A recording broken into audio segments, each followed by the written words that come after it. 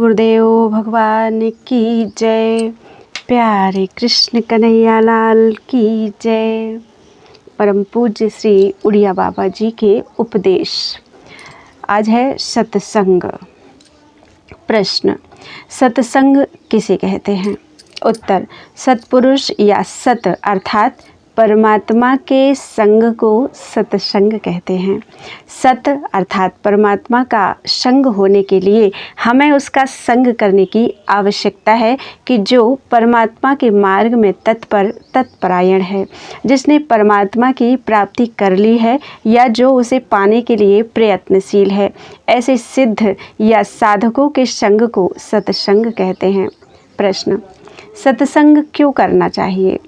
उत्तर, सत्संग करने से भगवत प्राप्ति का मार्ग दिखलाई पड़ता है। जिस मार्ग से सत्पुरुष गए हैं उनका संग किए बिना वह भगवत प्राप्ति का मार्ग हमें नहीं मिल सकता। जो भगवान के पास गए हैं अथवा उनके पास रह रहे हैं वे ही मार्ग बता सकते हैं। सत्संग तो ऐसे सिद्ध पुरुषों को भी करना चाहिए जिनको भगवान की प्राप्ति हो गई है।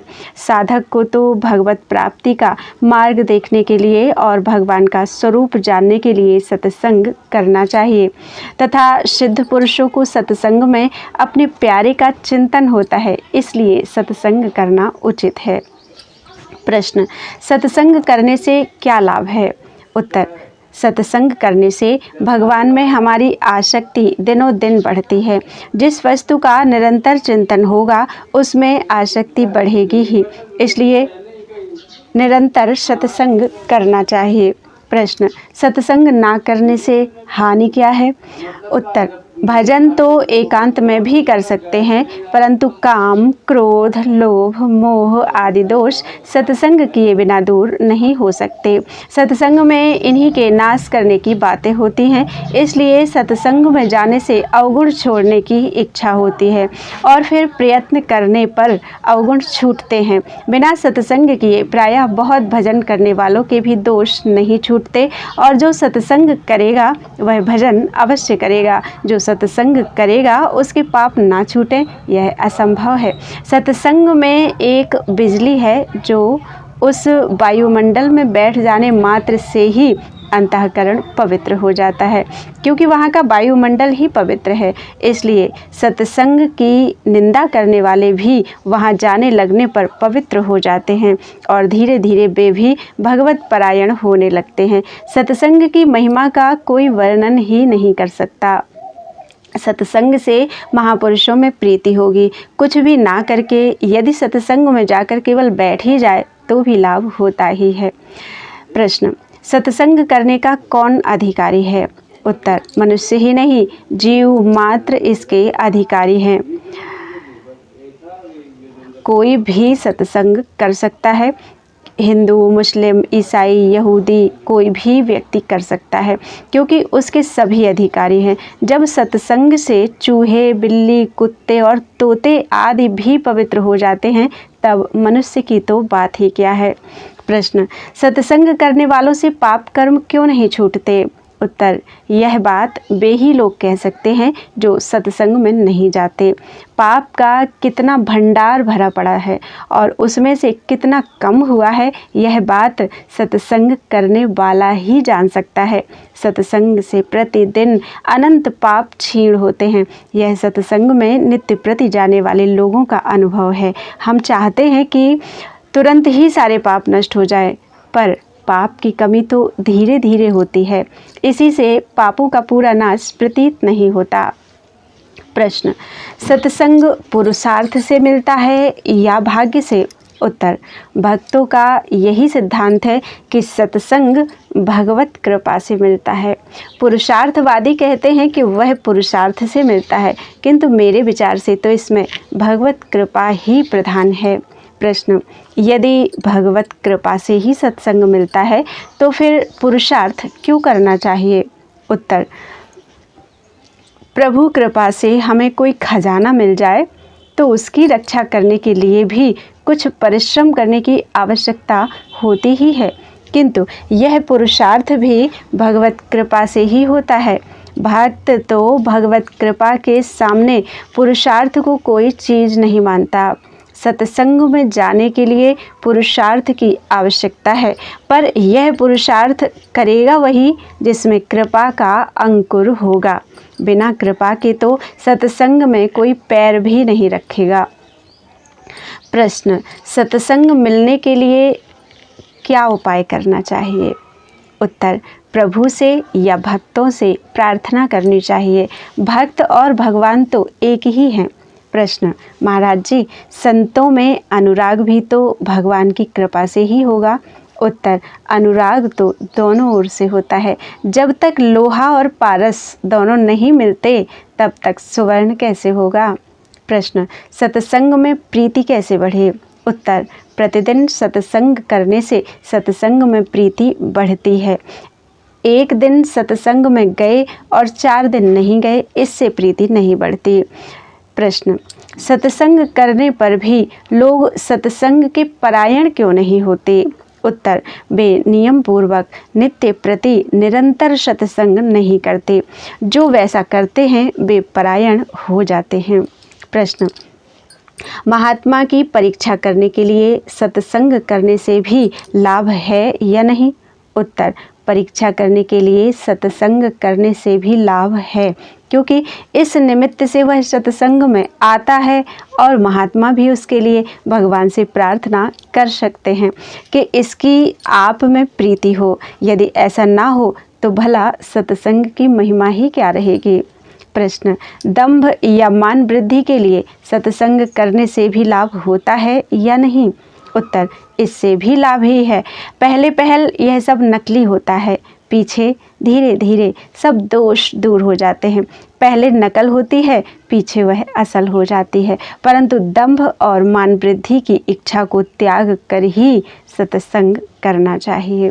प्रश्न, सत्संग किनका करना चाहिए? उत्तर, जो पुरुष भगवान के गुणानुवाद तो करता है किंतु स्वयं कामी, क्रोधी अथवा लोभी है, उसके विषय में पहले मेरा ऐसा विचार था कि उसका संग ना करें, किंतु एक महात्मा ने मुझसे कहा कि हलवाई की मिठाई खाने वाला उस हलवाई के गुण दोष नहीं देखता। परंतु यह बात ऊंची कोटि के लिए है, साधारण साधक के लिए नहीं। अतएव साधक के लिए तो सर्व सद्गुण संपन्न भगवत भक्त का ही संग करना लाभप्रद है, नहीं तो दोष देखकर उसकी सत्संग से अरुचि हो जाएगी या वह दोषों का अनुकरण करने लगेगा। प्रश्न, सत्संग से बढ़कर भी कोई सुलभ और सर्वोत्तम साधन है क्या? उत्तर, जब साधनों का सर्वोच्च मूल कारण सत्संग है, यह बीज रूप है और सब शाखा प्रशाखा हैं। सत्संग सबसे सुलभ साधन है। प्रश्न, सत्संग के अभाव में सत्शास्त्र विचार करने के लिए प्रधान ग्रंथ कौन कौन से हैं? उत्तर, मैंने तो 4 ग्रंथ प्रधान मान रखे हैं। उपनिषद, भगवद गीता, श्री रामचरितमानस और भागवत। विनय पत्रिका तो रामायण में ही आ जाती है। यूं तो और भी अनेक उत्तम सद्ग्रंथ हैं। प्रश्न, सत्शास्त्र के विचार से भी सत्संग के समान ही लाभ हो सकता है या नहीं? उत्तर, जो सत्शास्त्र का विचार कर लेगा वही सत्संग से अधिक लाभ उठावेगा। यद्यपि सत्शास्त्र विचार की अपेक्षा सत्संग का महत्व बहुत बड़ा है, किंतु सत्संग के साथ साथ शास्त्र विचार भी करना अवश्य चाहिए। जो अद्वैतवादी हैं उनके लिए भी उपनिषदों में और श्रीमद् भागवत में सब सामग्री मिल सकती है। प्रश्न,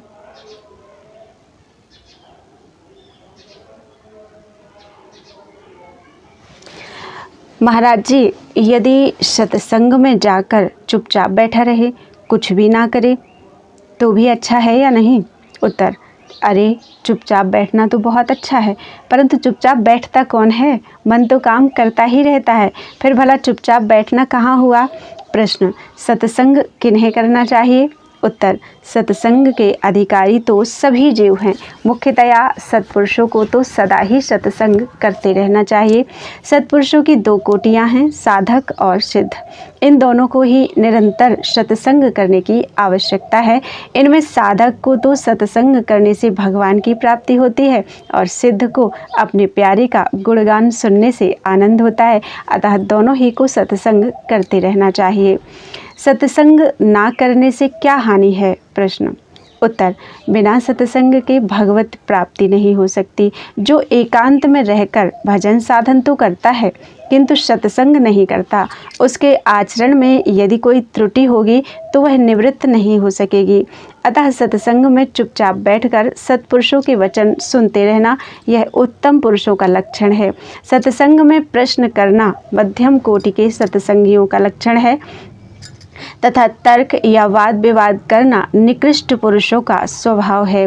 जो बिल्कुल मूर्ख हैं उन्हें सत्संग से और कोई लाभ न होगा तो सत्पुरुषों में प्रीति तो होगी ही और फिर प्रेम बस उनसे तद्रूपता भी प्राप्त हो जाएगी। प्रश्न, सत्संग का अधिकारी कौन है? उत्तर, हर एक जीव सत्संग का अधिकारी है। यहाँ तक कि पशु पक्षी भी सत्संग कर सकते हैं। देखो, हरिदास के सत्संग से गणिका का भी उद्धार हो गया था। फिर किसी सत्पुरुष का उद्धार होने में तो संदेह ही क्या है।